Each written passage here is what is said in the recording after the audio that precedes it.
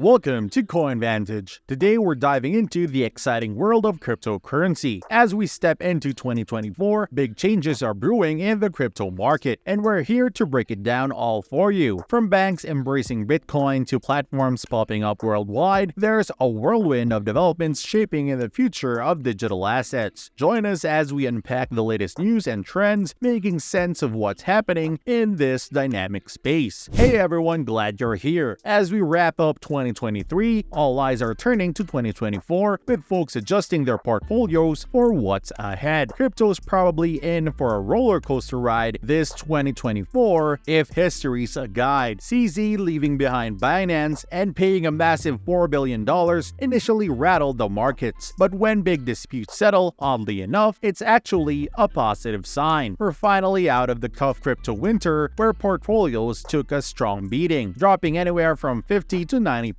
Now it feels like we're moving from crypto spring to summer. In this video, we'll talk about where prices might go, why I think we're actually at a crucial movement, and catch up on the big happenings of the recent weeks. There's also been a lot of good news lately, and it's not just me hyping it up after diving all in. For some reason, there's been twice the usual headlines, making me think things are shifting. Let's start where we are in this cycle and where prices might lead next. Looking at past cycles, we had 1, 2, and 3 before the current red cycle. We hit rock bottom after the epic crypto winter, then saw highs and lows since. The latest is strangely close to the previous 2 cycles. Crypto's doing its usual dance, though it might be a tad higher than it should. Considering diminishing returns, it's probably around 30,000 to 31,000 when it should be lower. I wouldn't be shocked to see if a big dip of the next few weeks, but I doubt Bitcoin will drop under $30,000 unless something huge happens. Even with CZ's news, the markets are holding pretty strong. The earlier cycles, massive gains of 200 times and 100 times might be behind us. The next could resemble the 20 times cycle, topping around 10 times. Remember that big pandemic event? You might not get that again, but a recession could hit, causing some ripples. Even if that happens, crypto might outshine everything else by year end. Still, short term, a pullback might be in the cards, gearing up for the next halving. Looking at Bitcoin seasonality, October was green, ending in 28%, but November and December, especially in recent years, seems to be trending more red than green. So a little retreat wouldn't be surprising. A 5% to 10% pullback in Bitcoin could mean a 20% to 30% hit for other cryptos. Mentally preparing for that. Surprisingly, despite all the Binance news, we're still up by 5%, showing how sturdy the market is. I bet the buzz will kick off in December with the halving and ETFs on the horizon. Now, let's zoom through the most significant events of the past few weeks. There's been an insane number of headlines, twice the usual, so I'll zip through them. If anything catches your eye, just Google the headline for the full story. On the banking front, Custodia Bank, owned by Cattle and Long, just launched a Bitcoin custody service, a bullish move. In Thailand, a crypto exchange got a $100 million investment from the 4th largest bank, showing global financial interest. In Hong Kong, Standard Chartered's Zodia platform debuted. As China's stance on crypto shifts, UBS Group and HSBC also joined in Hong Kong, offering crypto services to wealthy clients and institutions. Remember, we're ahead of these institutions, staying optimistic. And did you know there are Bitcoin ATMs all across the US? They're in malls, gas stations, and convenience stores, allowing cash purchases of crypto. Back in the UK, PayPal's got a crypto license after the recent restrictions. Robinhood's expanding its crypto trading to the EU and setting up shop in the UK. Good news amid the banking conflict there. Switzerland's welcoming crypto, with the top bank introducing Bitcoin and Ethereum trading. In Germany, banks like DZ and Commerce are diving into cryptocurrency. Germany's keen on the upcoming bull market. Big banks like HSBC are also getting into tokenized assets by 2024. Remember, the institutional move is about digital assets more than just crypto. Even Disney's entering NFT space, signaling potential new revenue streams. China's Boya Interactive planning to invest $90 million in Bitcoin and Ethereum, a significant move for their corporate treasury. The Vacaville Firefighters Union in the US also bought Bitcoin, joining the trend. Then there's BlackRock's Ethereum ETF filing, followed by Fidelity signaling Ethereum's importance alongside Bitcoin. Lastly, South Korea's National Pension Fund invests $20 million in Coinbase, a very significant move. The sheer amount of bullish news worldwide make me believe that 2024 will be a significant year. Going by history, it seems like a monumental year for digital assets. It might be the shift from crypto spring to summer, with a massive run that keeps you up at night. But before we move on, let's address the elephant in the room: the chance of a recession affecting the crypto market. It might cause a drop in risk assets, but probably not as severe as the global epidemic. Crypto's usually looking forward, Bitcoin's already taken a big hit, and some lagging indicators might follow suit, like real estate. However, crypto's usually the first to bounce back. Anything could happen, so make sure your investments align. Overall, I sense a tide shifting positively, with more upsides than downsides lately. 2024 looks like a great significant year for crypto. Thanks for tuning in to Coin Vantage, and feel free to share your thoughts down below. If you enjoy this video, please give it a thumbs up, and I will catch you in the next one.